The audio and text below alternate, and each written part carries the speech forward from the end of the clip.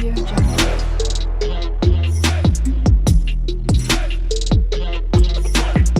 Audio Jungle. Hello అందరికీ welcome back to our channel Sai Shruti makeup and vlogs. ఈ జనరేషన్లో చిన్న పెద్ద అని తేడా లేకుండా కాళ్ళ నొప్పులతో కాళ్ళ వాపులతో చాలా వరకు ప్రాబ్లమ్స్ ఫేస్ చేస్తున్నాము.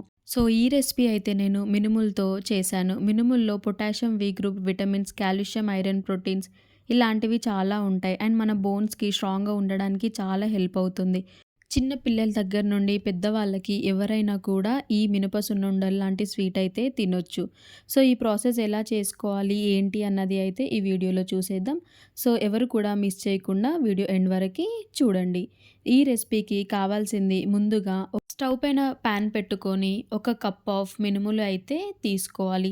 ఇవి 5 మినిట్స్ పాటు కొంచెం లైట్ బ్రౌన్ షేడ్ వచ్చే వరకు వేగించుకోవాలి. ఇందులోకి హాఫ్ కప్ ఆఫ్ పుట్నాలను కూడా యాడ్ చేసుకొని ఈ పుట్నాలు వేసిన తర్వాత కూడా ఒక 1 మినిట్ పాటు వేయించుకున్న తర్వాత స్టవ్ ఆఫ్ చేసుకోవాలి. ఇవి వేరే ఒక ప్యాన్లోకి తీసుకొని మిక్సీ జార్లో వేసుకోవాలి చల్లగా అయిన తర్వాత.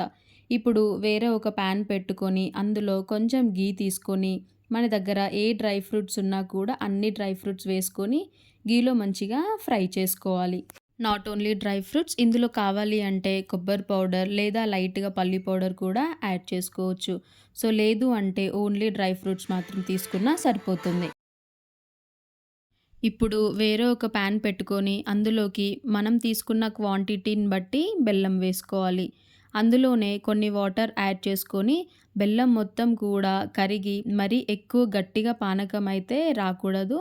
ఇందులో కొంచెం ముద్ద పానకం లాగా వస్తే సరిపోతుంది.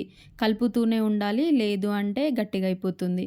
సో లైట్గా ముద్ద పానకం వచ్చేంత వరకు చేసుకున్న తర్వాత స్టవ్ ఆఫ్ చేసుకొని ఇందులోకే కొంచెం గీ కూడా యాడ్ చేసుకొని అది కూడా మిక్స్ అయ్యేంత వరకు కలుపుకోవాలి.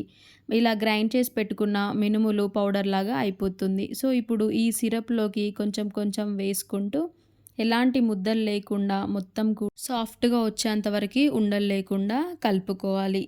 ఇలా మొత్తం కూడా మిక్స్ చేసుకున్న తర్వాత ఇందాక డ్రై ఫ్రూట్స్ మనం గీలో ఫ్రై చేసుకున్న ప్యాన్లోకి తీసుకొని మొత్తం కూడా ఈక్వల్గా స్ప్రెడ్ చేసుకోవాలి.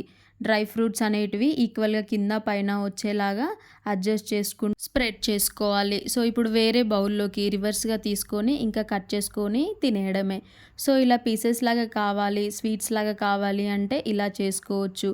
లేదు మనకి లడ్డూలాగా కావాలి అంటే మనం ఇదంతా ప్రాసెస్ చేసిన తర్వాత బాల్స్ లాగా అయినా కూడా చుట్టుకోవచ్చు. సో ఈ రెసిపీ అయితే చాలా మంచిది బోన్స్కి. సో మీరు కూడా ట్రై చేయండి. వీడియో నచ్చినట్లయితే ఒక్క లైక్ చేసి సబ్స్క్రైబ్ చేసుకోవడం మర్చిపోకండి. Thank you for watching.